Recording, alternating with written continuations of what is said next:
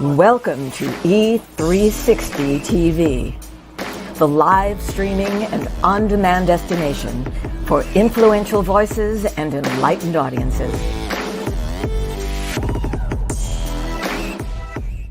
We offer trending, grassroots, and purpose-driven content across a diverse range of interests. E360 TV is more than just watching programs. We offer the ability to interact with live shows connecting audiences to real, authentic influencers and storytellers while streaming to millions of devices.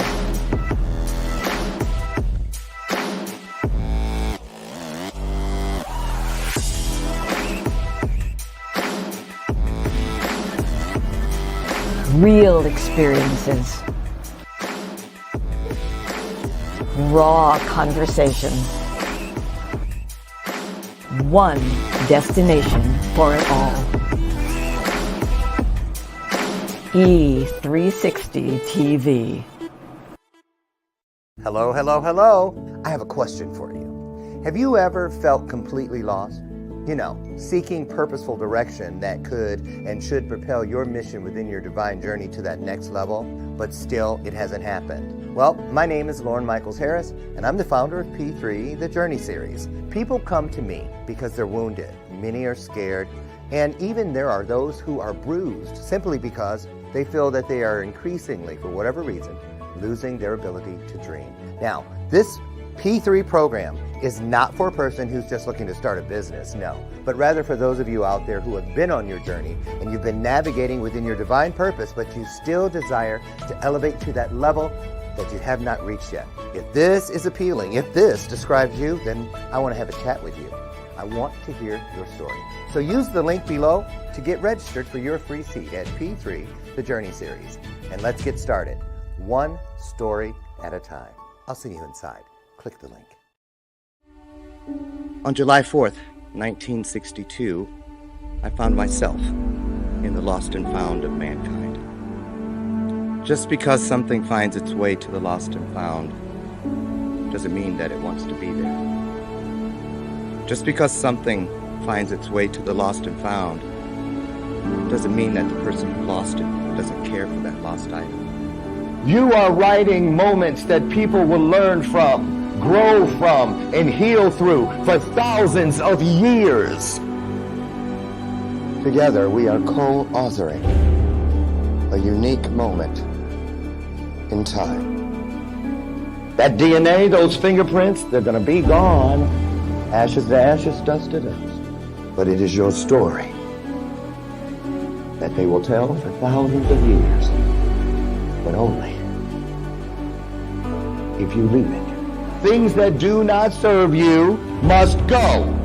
The longer you wait, the more time you give them to trick you into serving them. 22 homes in foster care, everything I wore as a scar, as a shame, things that started like Velcro on my spirit. After just a few months, then years, then decades, I had believed myself into believing that they were indelible tattoos. Sometimes we have to be broken down to appreciate the view once we start getting up. I want you to leave this place and know that you have been changed. Why? How do I know it's true? Because each of you has just changed.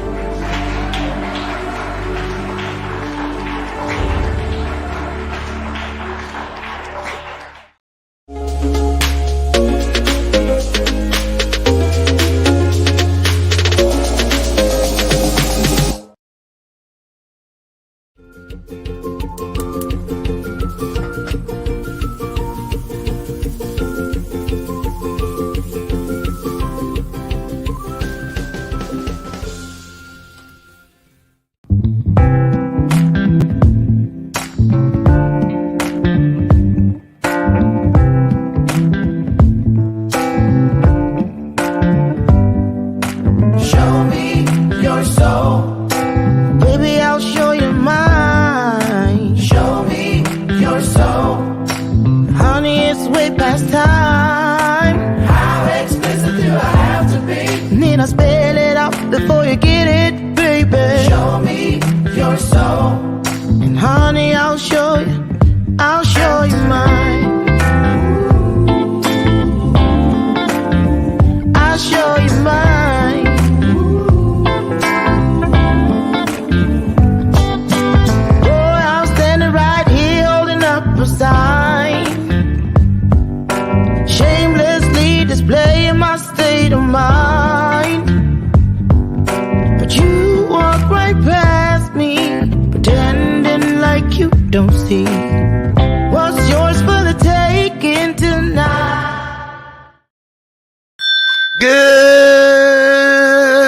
morning, good morning, good morning to you. I am excited.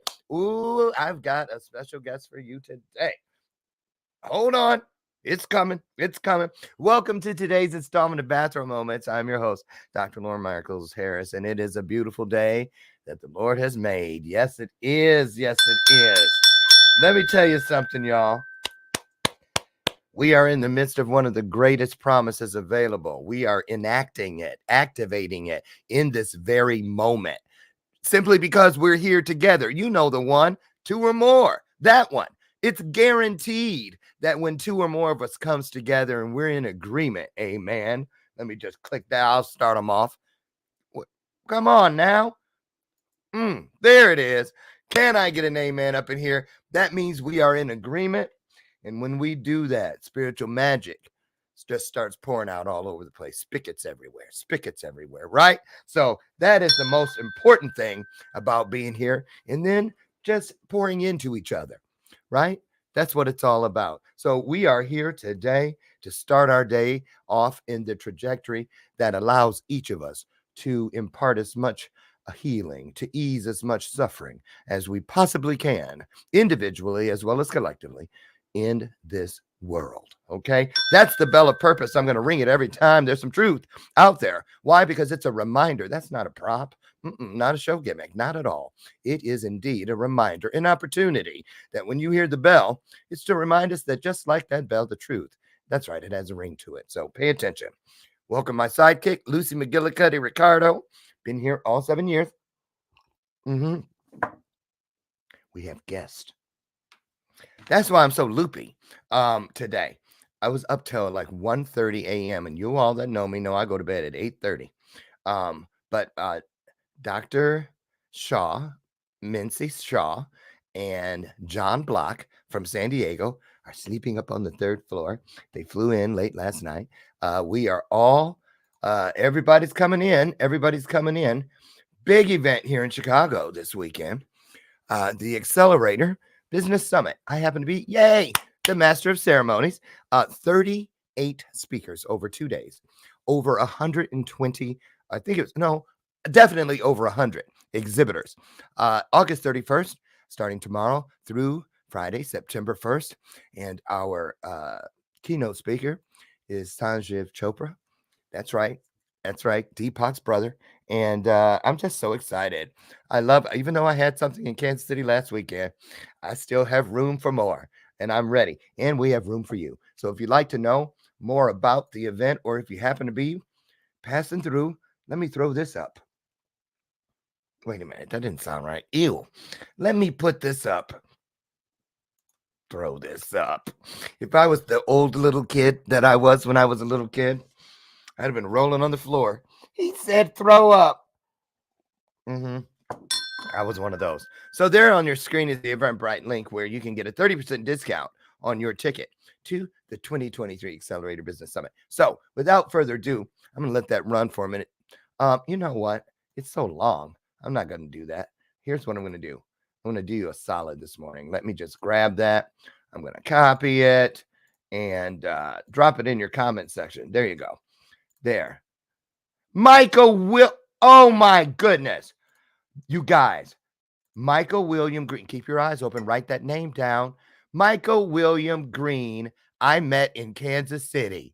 And I always ask God when I go to these things, it's not about, how many people are in the audience and running around and flicking up. I mean, that's nice and all, but I always, I ask God, let me hit this. My allergies. My eyes were glued shut when I woke up this morning. I had to peel them apart. I always ask God, give me a number first. Sometimes it's 3, sometimes it's 1. It's never been 0. And I'll say, how many people that you're bringing to me who I really need to talk to. And I had the number 1 this time. And he sat him right next to me. And boy, I knew it instantly. So you know what, you all trust. Remember, faith is not a thing. It is a place. And you can use it. You can have it's available wherever you find yourself when you need it. And I'm just so excited. So welcome all of you. Adam Duvall, happy fatherhood. Just had a new little baby, just a few days old. Congratulations to you and your lovely wife, Carrie. Sorry, excuse me. Dr. Lotus Richey. She was also in Kansas City. She introduced me. Let me tell you something. If you ever need a powerhouse to introduce you, she's your lady. So let me just get her in here. Today, I have the distinct honor of bringing in Martha Glory K. Because I know I'm going to butcher her last name. Yep, I'm not even going to try it. I'm not even going to try it. I'm going to let her tell you. But Martha, you know what? I'm getting her in here because we need to get started. I feel the Spirit's telling me, let's just get going. You guys, when Martha comes in, she's never been here. She's very excited, just like I am. Put some hearts on the screen. It's our virtual way of saying welcome, hugging, standing to our feet. And it's just downright nice. Put some hearts on the screen. Here she comes, Martha.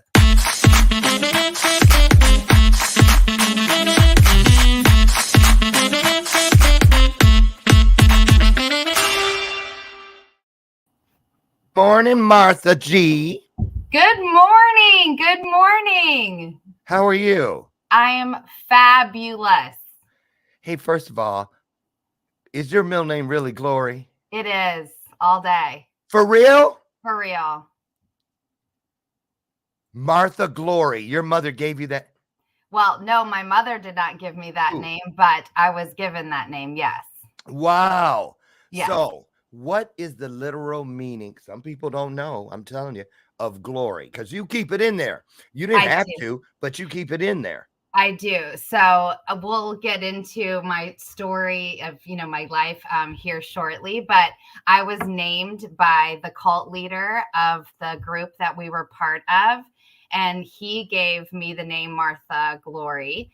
And for the longest time, I didn't like it. I ran from it, but now I embrace it because I am a survivor. I am God's glory, and I exude glory everywhere I go. So it's like a badge of honor. It feels like a blessing to get to carry around the name Martha Glory. So I know that's thanks right. for asking. I've never been asked that before. Are you serious? It's just stood out to me. Like it was like a neon sign. So see what I'm saying? God knows where he wants us to go with our stories and who's listening and this, that, and the other. Listen, I want to pop this on the screen because I got so many of these things. Where is it? It's the share out with one other person one. There it is. There. I want you guys, come on now, share this out. Just choose one person or 10, but at least one person. Because you heard Martha right when she said she was named by the cult leader. And I'm going to just let you run with it. Take us into the origin story. This isn't something we all run into every day. I told you about my coaching client, Amy Joy, who also was in a cult. And Dr. Rachel Williams, she's been here before. Lived like it was the 1800s in her cult. Like Little House on the Prairie, all in the 70s and 80s and 90s. Yeah. So anyway, take us back. Where was it? When was it? What was it called? And I'm just going to shut up and eat my Cheerios. Is that okay? That is totally fine. Because this is just, I'll come in if you need me, but I really want you to just minister today. Yeah. Okay. Thank you for this platform, Dr. Lauren. Like I feel very, very honored every time that I get to share my story or share my testimony.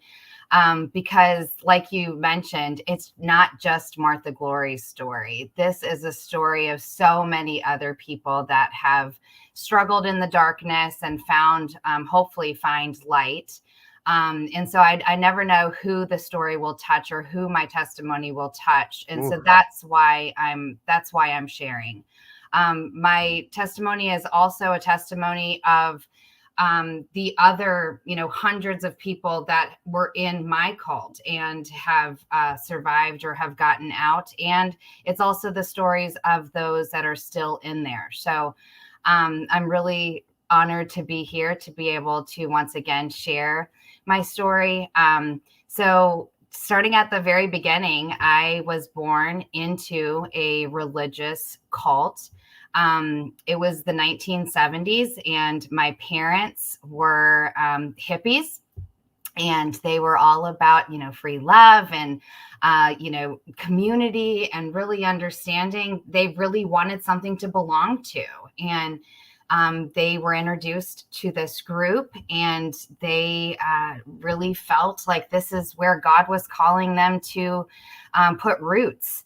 And there was only 2 children at that time. My mom and dad had 2 children, and they joined. And then within the next 10 years, they had another 7 children. And I was number 4. Each of us were named by the cult leader. That's why when you said, did my mother give me that name? No, my mother didn't give any of us children our names. We were all named by the cult leader. Every part of our lives were dictated and was controlled by the cult leader. He was weaved into all parts of our existence, whether that was a birthing plan, a job, everything, what we ate, when we prayed, how we traveled, what car we bought. He was weaved into every part of our existence. So it's been... I'm sorry. I No just saw problem. myself on the other side of the screen. I was like, shut your mouth before flies go in there. Right? Because I'm just, wait. Okay. The first thing I thought, I go to the only really cult movie I've seen outside of Rosemary's Baby. Well, that's different. Stop it, ADHD. The Manson thing, and people think that, or David Koresh and all of them and that Right. sort of. So let me ask you this. What part of the country was this taking place in? So we lived in Minnesota, but the cult was in Wisconsin. Okay. So it was based someplace other than where you actually. So Yeah. wait a minute. The cult leader was remote? So no, we went to the compound every weekend from Friday to Sunday. And then everything else, his control weaved through our phone lines, right? Like we talked to him every day. He knew everything about everyone that was in the group, that he stayed connected to everyone. But all of the brethren would gather at the compound in Wisconsin every Friday, Saturday, and Sunday. We never had a weekend off. That was where we were on the weekends. And then people went back to their respective homes, went back into their Correct. normal lives. Correct. How many people were there at its peak? At its peak, I would say between 300 and 400. I was young at that time, so I don't know for certain, but my guess and what my parents have said is around between 300 and 400. Okay, there's so many questions. I swear to goodness, man. Okay. Was there a name? Have you written about this yet? So I'm being published in 2 books at the end of this year, which we'll get to a little bit later. But I still have a sister that's there. My sister is 52 years old, and she has been there her entire life. I've been out for 19 years, 25 years, or 19 years ago, I escaped at age 25. But I still have a sister there. So I don't say names just to protect her. Right. Because, I no longer live in fear of him, but I also understand what power he has over my sister. And so I'm careful about saying names, and I'm careful about calling it out specifically. Yeah. But, we have the power of Google. So if you're really interested in my story, you know where to find out more information about it. Exactly. Martha, so you're telling me this cult leader is still alive and kicking, still controlling people all these years later? How he must be in his 80s, 90s. He is in his mid 80s, yes. And he still is, unfortunately, controlling a good handful of people. We estimate that there's still probably 100 to 150 left. And, again, I've been out for 19 years, so I'm not certain what the number is left. Okay. But I know my sister is number one. And for me, if there's one, that's too many. Let me ask you this. I love this because how often do we get to talk inside the shell about these types of things? What is there always a motive? Like, is it, like some people think Scientology is where give us all your money and everything and people turn everything over to them. What was the motive? Was it to sleep with all the women and what did you have to call this person? Was it a proper name or was it father something or you know what I mean? What status did he hold or you know what I mean? What persona? What persona? Yeah, so he became like the connection between us and God, right? So we didn't pray directly to God. We would ask him to pray for us as the intermediary between us and God. So the name, the reverent name that we called him was brother. And again, I shouldn't, use Right. that term, but I mean, that's a common use in many churches, Yep. Church but I grew up, we did that. that's what we called him. And again, he was, in our eyes, he was that godlike intercessor, right, between us and God. And so if we had a question or we needed prayer, we went to him and asked for the intercession. Why do so many people, in your opinion, have these sects or these cults operating right under their noses, but yet and still we don't see it as that? When do you feel it crosses from a congregation into a cult? What is the element that switches it? I think anytime that you try to isolate, that is where you cross over, right? Good point. Or if you, the other difference is isolation, manipulation, and distrust, right? So I grew up thinking I was part of a special group that no one would understand from the outside. So don't discuss us. Don't talk about us. Don't ever give people ammunition or to destroy us. Right. So I thought we were special. I thought we were chosen. I thought that this was like a secret society, right? Like I knew not to go out and say, hey, I go to this compound every weekend and I, sit on my knees and pray. And that's why I wear long skirts and I can't cut my hair and I don't wear makeup and I can't pierce my ears and I don't eat pork and I don't eat pasta and I don't eat pizza. Like I knew not to go and, say any of those things because it would bring attention to what I knew was a secret, we weren't allowed to talk about. It was ingrained in me. Like, I don't ever think that he ever said, now don't go leaving here on Sunday and talk about us. It was just ingrained in who we were. Did he have a wife? He did. Just one? Well, one on paper. One on paper, but free to roam the flock, so to speak. So no, that was not part of that. Unlike a lot of other cults that I have watched, that was not one of the understood benefits of him being the leader. Well, that's good to know. Well, doesn't mean it didn't happen. It just wasn't an understood, right? So years after I left, I came to understand how much sexual abuse there was at his hands. But that was not an understood throughout the group that this was happening at the time, right? And except for to the ones that it was happening to. And unfortunately, most of them didn't speak about it until decades after it had happened. So no, that wasn't an understood.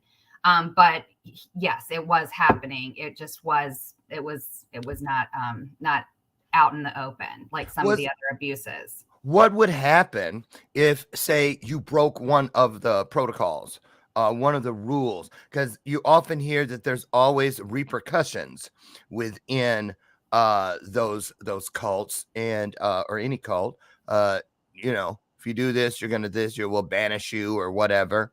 Was it scary? Were there, what would happen if you they sensed that you were retaliating or breaking a rule? Just an example of how that would be handled. So the repercussions were at his whim, right? It could be anything from public humiliation in a in a meeting, right? In a public platform in one of our meetings. So it could be like a public, just kind of banishing and just disrespect and just making you feel so small you want to crawl into the crevices of the cement, right? Wow. Or it could be physical. For me, I experienced too many times of physical bodily just abuse and harm. It also could be sticking your nose to a pole. It could be sitting in a dark barrel. It could be cattle prodding. It could be like the experiences that we experienced at the hands of him. And everybody, again's experience is different. I'm only telling my story, but I have heard enough of the stories that have happened to other people from my group as well that I feel like I have to share, those things. Of course. I'm speaking from my perspective and the things that happened to me. I was physically beaten, within bones broken, head to toe bruises. I experienced all of that. How does that go on for so long? Because you did mention you escaped, and I'm certain that you weren't the only one. If it was me, and you guys, this is easier to figure out from not being in it than being in it. So just keep that in mind so that we don't cross over into the land of judgment. One would think, I'm going through, you run out, knock on somebody's door, you go to the place, follow me, and try to take somebody back there how do they keep operating? Did you ever see the authorities show up? Did anyone ever question and say, hey, what's going on out here? So that is the $1 million question, right? When you are operating under the freedom of religion, right? And you are taught as a secret society that these things are not talked about publicly, and that you have created the atmosphere for the punishment, right? So if I'm being beaten, or if I'm being reprimanded, I've brought it on myself. I've sinned against the Lord. I have, brought this anger upon myself and my family, and so that's always, the first question. And people's like, why didn't you tell anybody? Well, first of all, I knew nothing else. I was born into this. I didn't know there were regular churches where people weren't beaten or weren't, scared of the leader, or, I didn't know that. And you can call that silly, or you can call that, I just didn't know. And this was all I knew. This, what it reminds me of? When we were in Romania in May, and a little 3-year-old Daniel had never seen a black person. And he was right next to me, and he was like looking, and I let him come up on my lap, and he saw the earrings because he'd never seen that. And then he took his fingers and went like that on my hand and looked at it, and then did it again. And then he just grabbed me and kissed me. And we were friends from then on. But my point is, when it's all you know. Okay, let's talk about do you remember when you started hearing, there's a world outside? Well, how did that work when you went back to your regular life and you hear? Did you go to public school? So yes, I went to public school. Unlike a lot of the families within our group, most of them were homeschooled, but I was not. I went to public school except for about 2 years. And that was when my mom jerked me out of the public system because I was labeled, and this was their label. This was the school's label, not my label, but I was labeled mentally retarded in 3rd grade. And I was put into a class where the children couldn't even speak. But turns out I'm just severely dyslexic, and I'm also ADHD. So that's our superpower. So, but my mom jerked me out of the public school, and she got me tested and helped me catch back up with my peers within a couple of years, and taught me how to read and taught me how to do math, because dyslexia is very treatable. But back in the 80s, nobody really knew what it was yet. You didn't have That's the right. help in the school systems that they have now. They just didn't have that help back in the 80s. And so my mom, bravely like realized my kid is not stupid. She's Yeah. not being given the opportunities that she needs to learn in the way that she needs to learn. And so she did pull me out and homeschooled me for a couple of years. But for the most part, we went to public school. So coming back around to your question, Yeah. is we knew we were different because, like I said before, we dressed completely different. We weren't allowed makeup, didn't allowed to pierce our ears, only wore long skirts and blouses, Yeah. like we looked very different than the rest of our classmates. And we also knew we weren't allowed so many foods. So you weren't allowed in the lunch line because, we couldn't eat pizza, and we couldn't eat pasta, and we couldn't have chocolate, and we couldn't have, so that we knew that there was a huge difference between us. But again, we're just little kids. We want to fit in. So, you just keep your mouth shut, and you just keep your head down, and you just try your best to fit in. Okay. Wait, because I'm thinking you guys remember that lunch, that Friday pizza, those square pieces, and boy, you could smell it an hour before it was lunchtime, and anybody would trade anything to get that chocolate milk and to get that pizza.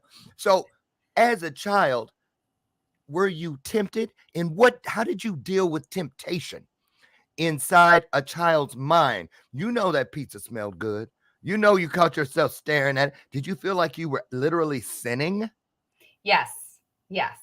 And we were taught that it was the food of the Gentiles, right? Like that was like what we were taught, that wasn't the food of the chosen people. So that's why we weren't allowed to take part in it. It seems so ludicrous now, like when you think about it. But for us, that was just, that wasn't food that was for us. And so, of course, it smelled good. Like, I also remember, I wonder what chocolate milk tastes like, because I was only allowed the white milk. And so I was always I wonder what that tastes like. Yeah. And, like, I'm not going to act holier than thou. I did sneak, like, I was gonna say I'd have been burning because right, right. I And come home and there's like smoke coming out. well, and when you don't catch fire, you're like, oh, well, nothing really happened when I took a piece of candy or I had a piece of chocolate, or, nothing happened, and he doesn't know. So, like there, I did sneak You start food. figuring it out. Yeah.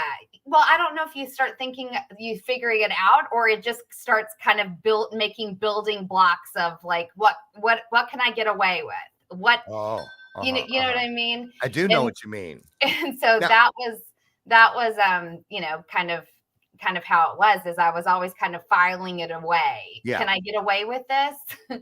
Do you remember when you found your very first friend outside of the cult? And were you tempted to share your secret? Talk about that for a minute. And then I want to go into your escape and how life as a survivor looks.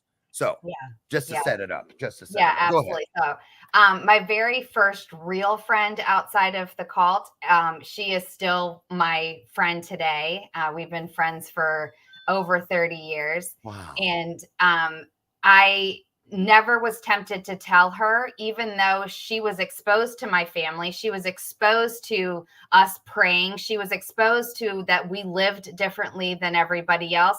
What I respected is she didn't ask, right? Like, she just respected me and loved me for who I was and didn't ask questions. And so, I think that it was so ingrained in me that this was just something we didn't talk about, that I never felt tempted to share.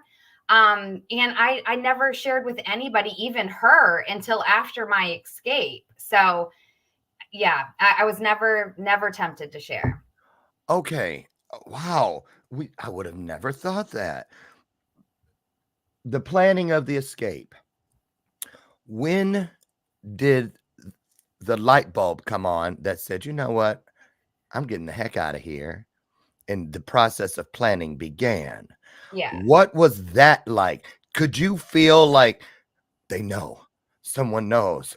Why are they looking at me? I'm just sitting here imagining. It's scary. What was So, it like for so real? I have to set up the escape. And the reason why I had to escape is because at age 18, 7 days after my high school graduation, the cult man moved me into his compound. It's like he instructed my parents, bring her to the compound and she's going to live here. At So I was 18. chosen. I was 18, 7 days after high school graduation. Mm-hmm. Right. I'll let you just run with that. Right. Oh, I ran all right. So I lived in the compound from age 18 to 25. So if you don't live in the compound, you can literally just say, I'm not coming back. I'm done, or just stop taking his calls and never go back. Right. But when you live in the compound, every move is monitored. Every time I went to work at his owned business, it was monitored. Every phone call was monitored. Every time I went to the bathroom was monitored. Like, I lived in the compound, and so everything was monitored. So that's why I would need to escape. So when you ask, like, what happened that I was like, oh, this doesn't work for me any longer. I was working at one of his businesses that was funding the cult. And I never got paid for that, by the way, not one silver I was cent. wondering. Yeah, no. And I worked there 12 hours a day plus and 365 days a year for over 4 years. And that all the money went to the cult. But I had found my sister on the internet, and my sister who had been out of the cult for several years. I had found her on the internet, and I found a way to start contacting her. And anyway, long story short, I found out she was pregnant. And my sister was by herself, had no family because my parents were still in the cult. And something triggered in me and the switch flipped. And I said, my sister is not going to have this baby without me. My sister and I are only 18 months apart. We have always been best friends, but also hated each other. Oh, It's the love-hate relationship of a sibling that you have so much in common with and nothing in common at all, right? wow. We are now very, very, very close, and we've been close ever since I got out. But growing up, there was a huge tug of war because I was just who I was, and she was who she was. So anyway, I made that decision in that moment that said, I'm not letting her go through this pregnancy alone. And so my wheels started turning, and a guardian angel had come into my life. I call him Papa, and Papa was an outsider that came to visit my store almost every day. And he just started witnessing to me, and he started sharing the love of Jesus with me and asked me if I understood what that meant. And I didn't, because I didn't have a relationship with Jesus. I barely knew who God was. To me, God was the leader, right, of this group. Anyway, I started So he confiding. wasn't teaching the bridge between us and God. No. He was just, wow. Okay, keep going. Yes. Ooh. And it was all Old Testament, right? He was teaching us Old Testament. So it was keeping us in fear. The hell, brimstone, and fire, that was his teaching, to keep us in fear, to keep us, little, to keep us from being understanding the grace, the mercy, the God that was really on the other side of that bridge. So anyway, I finally, for the first time in my entire life, opened up to somebody from the outside, and that was Papa. And I told him what was my truth, that I was part of this group. He had thought, he knew I was, but he had never asked, because everybody in town knew that this place was owned by the cult that I ran. So he had known, but he was just waiting for me to be honest. And so when I was, So people in the town knew that this was a cult. Oh, Yeah. they're in that cult. Right. You just moved here? Have you seen the cult yet? Yes. Correct. So did people ever like scream stuff out? Oh, all the time. They would drive past the gates of the cult and scream stuff, or throw eggs, or throw tomatoes, or, oh yeah. Yeah. Okay. Before we go into dealing with the trauma, and how you found love for an entity you didn't have access to. We're going to talk about those two things. But first, a real simple question. Think about this, you guys. I relate because having had 22 mothers, and the original mother kind of stole me from my birth mother. So there were never pictures of me. I, to this day, have never seen a baby picture. 5 years old was the earliest picture I've ever seen of myself. What about a lot of people take for granted they can look at a wall or going up the staircase or in photo albums, remember those, and see childhood photos.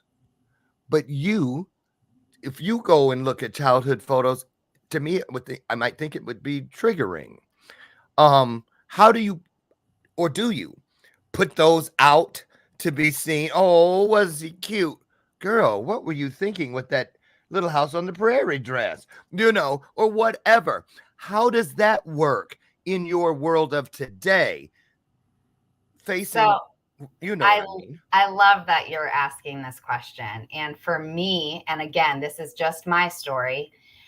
For me, all of those things have created and propelled me to exactly this moment.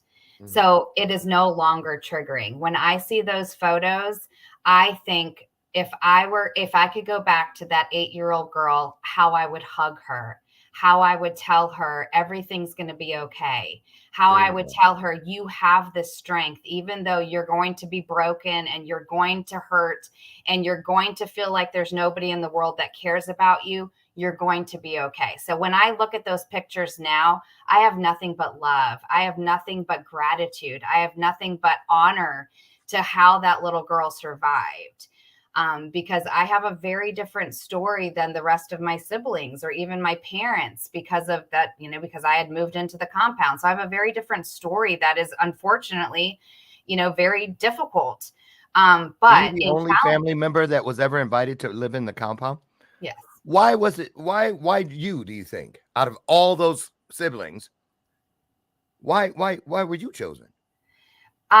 I think it was my spirit. He wanted to break my spirit. He wanted me to convert and he wanted me to submit. And I have had a strong-willed spirit from day one. Yeah. And I think part of that's because of my learning disabilities, but part of that's just who God created me to be. I'm a feisty fire, I'm a strong-willed little human. And so I think that was part of what he really wanted to break. He really wanted me The to light. submit He my could light. see He it. wanted to dim me. Yes, for sure. Wow. Okay. So did you have to go through when you're out on your own? You're 25 now. It's like an alien world, literally. It's almost like a person who's been incarcerated for the last 40 years gets out today. They've never seen a DVD. They've never seen a phone, worked a phone. If they have, they've seen it on TV, but they've never actually lived in it. What did it feel like? Let's say how long did it take for you to feel acclimated, to start feeling and finding the woman of today? Was it immediate?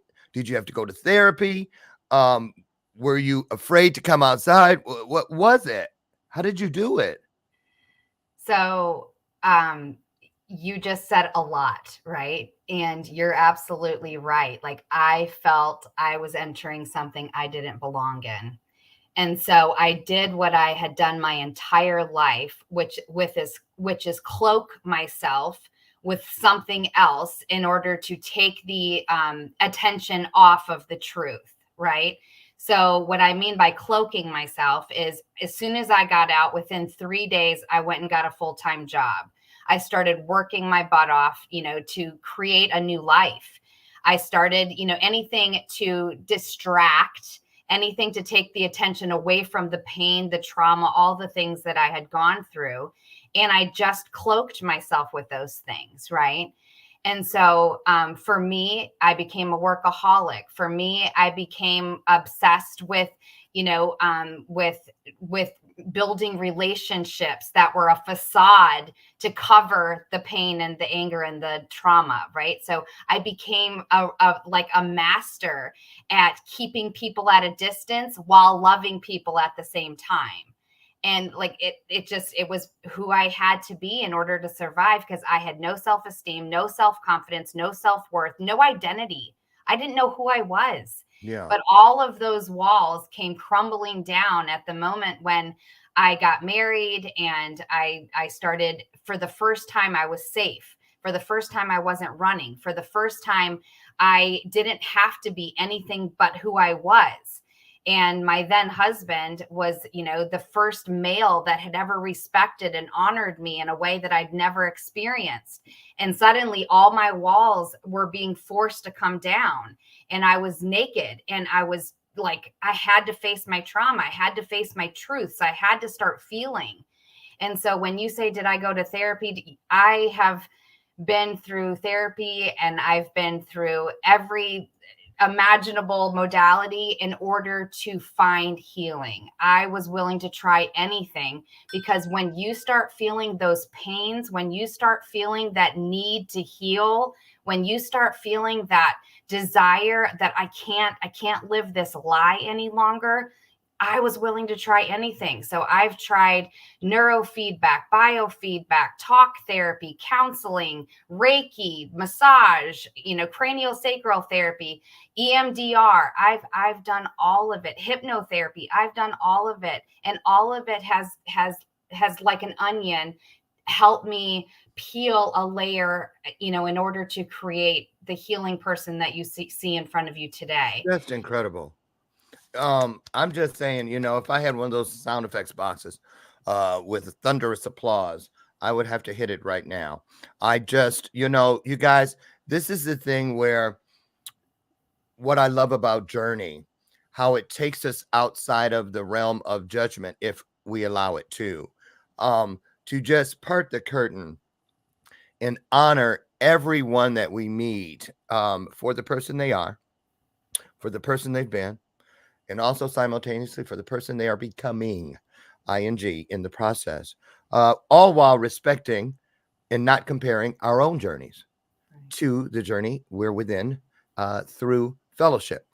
I wanted to ask you, Martha, most people would think, well, I would have cut that name out, went to court, got glory. I'd put it out like an old cigarette butt, grind it out like, die. But nonetheless, here it is. You don't even have your last name on the screen, but you have glory. Talk about the fact how it's never about just one thing. And sometimes what is intended by those things that do not serve us end up being the road to everything that allows us to serve others. So they were paving that when I look at that word or that name, because it is both, I feel within my spirit like it was an asphalt truck that was moving slowly in front of you, just laying the pavement to keep you on the road that led you to this very moment. Talk about that, and then take us into what the relationship is with your parents who are still there, right? They're still in. No, my parents got out 6 months after I did. Okay. Wow. I only have a sister there now. And real quick, why do you think she's still there? I think she thinks that she is saving us. I think she feels like she is the one that has to carry the weight now for our salvation. I think that's what she's been told, and that's what she believes, is that because we all have sinned against God and left the group, that she is our salvation. So almost like Latter-day Saints pray for the dead, like Catholics pray for those who are in purgatory. Right. That sort of a thing. So I think she's carrying that responsibility, thinking that she is going to save us because we've all, fallen short. So are you all allowed to have a relationship with her? No, absolutely not. No. Okay. So let me see. Okay. We got about, we're going to take it all the way to the top of the hour today. Screw the 56-minute thing. I want you to talk about now how you take all of what we've talked about this hour, like a pancake, flip it up in the air, catch it in the pan of purpose, and come out with something nutritious in which to plate up and serve the world, to feed the world. How does that look and feel for you today? Yeah. So for me today, everything finally makes sense. All of the pain, all of the trauma, all of the things that I've experienced over this last 44 years now has purpose. Ooh, that's my angel number. 44. 444. Yeah. Okay. Go ahead. I'm sorry. But now has purpose, right? I have found purpose in the pain of those things because now, as a certified life and health coach, I'm helping others to be able to navigate their trauma, their pain, their story, right? And I always say that everyone has a story. Their story may not be that they survived a cult, and was sexually and physically and mentally and emotionally and spiritually abused, any of those things. But everybody has a story and everybody starts somewhere. And so as a coach, I get to help navigate that. And I feel like every day God uses my story to impart wisdom, to impart guidance, to impart faith in order to help someone else to navigate their journey. And so now there's purpose in that tragedy. There's purpose in that pain. I have meaning in those meaningless, things that were inflicted upon my body, inflicted upon my soul, inflicted upon my heart. Now there's meaning, right? And I've also, even being on the outside, just because you get out of something that was, traumatizing and hurtful doesn't mean that the rest of your life is smooth sailing. I've gone through a lot of things in the last 19 years that have been very painful as well. Probably not as painful as the cult, but, I've experienced divorce. I've experienced miscarriage. I've experienced, brokenheartedness. I've experienced a lot of other things that have created this strength, this resilience, this desire to say, no, I'm standing in my truth. Yeah. And this is part of my story. Wow. Wow. I see a Lifetime movie coming. I want to just sit inside this for a moment, you all. Just let it just settle. I feel like the whole hour while hearing your story, felt in my spirit like as if what is greater than us had dropped say it's a big wooden bowl and dropped marble in that went all the way up to both sides, and it kept going like this until it settled right there, dead center, ground zero, that place where it all comes together. So I think it would be a real blessing,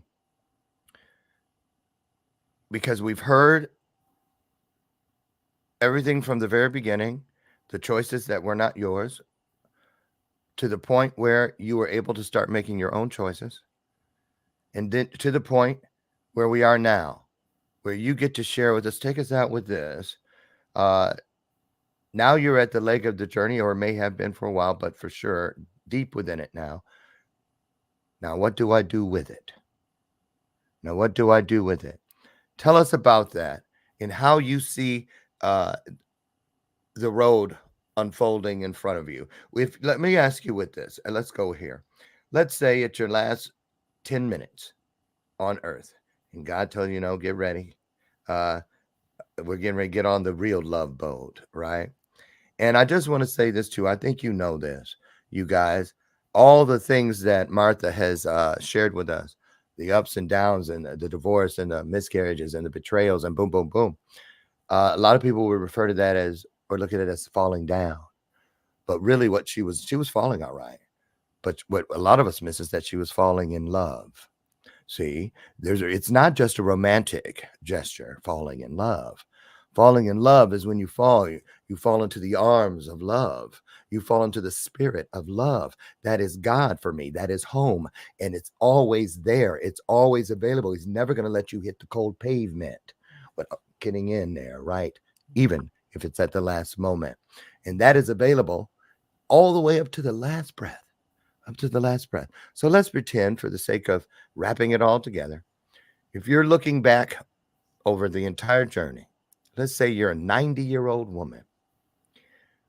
What is it that you hope you see looking back at you that would give you peace and say, keep going? Well done, good and faithful servant. Now you go. Come in here. We've got something for you. What would that be that would make it all feel like, there it is? Nice little bow. For me, that thing is, I want everyone that's ever met me to say, I'm better than when she found me. She Ooh. stood in her authenticity. She was in her courageous vulnerability, and she was honest, right? And I am better than when she found me. And that's from everyone that's met me in a grocery store, to anyone that I speak to on a stage, to any client that I'm coaching. That is my desire, right? And when I am able to stand in my truth and in the love that you just described of my creator, because that's love, right? I have fallen in love with my creator, but I've fallen in love with myself. I now know who self is.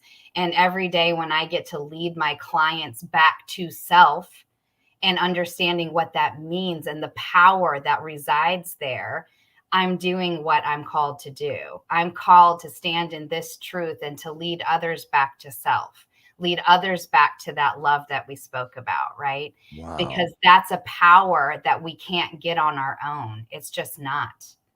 Wow. You guys, scrolling along the bottom, and it's also inside of your comment section. Both of these links are. Tell them what they find when they go to either or both, because I know there's going to be some people that want to continue this conversation with you. Yeah. So on my website, Pick Wellness LLC, that's my coaching website, but also you can book me for talks there. You can get more information about what I offer, my programming.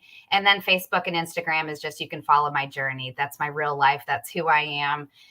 You can see the real me. I don't have two personas. It's just Martha Glory all day long. So on a scale of 1 to 10, 10 being the greatest, how happy would you say you are today? A 44. She used that number. Yeah. That's awesome. That's awesome. Bam, right there. No thought. And that's when you know it is in you to a cellular level. Yeah. One thing about the truth, everybody, before we get out of here, is you never have to practice it. You never have to remember it. And you never have to apologize for it. But you must fiercely defend it at every turn, every moment, for every choice and decision. Because whatever leads us to whatever decision, once we've made it, there are only two choices that will be waiting just a few feet ahead. We will either look at that decision and we will regret, or we will look at that decision and we will rejoice. I'm not sure about you, but I'm hoping it's just like what I know Martha and myself hope for and demand, and that is to count it all joy. I want to thank you so much. What an honor. I want you back again and again and again. You guys get over, use the links. They're in your comment section for easy access. Get over and check all things out. Martha Glory, thank you so very much. What an incredible story. Hang out. I want to just yell at you for just a second. And you all, listen, got reruns for the next 2 days because we'll be on stage this time tomorrow as well as Friday. But I will be with you in spirit.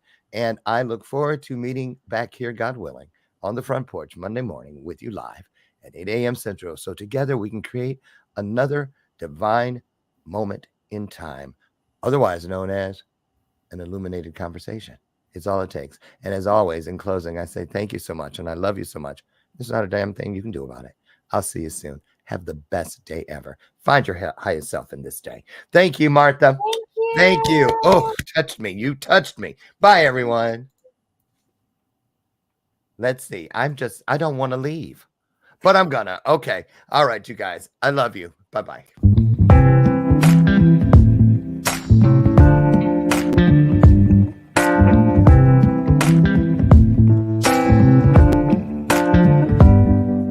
Show me your soul. Baby, I'll show you mine. Show me your soul. Honey, it's way past time. How expensive do I have to be? Need I spell it out before you get it?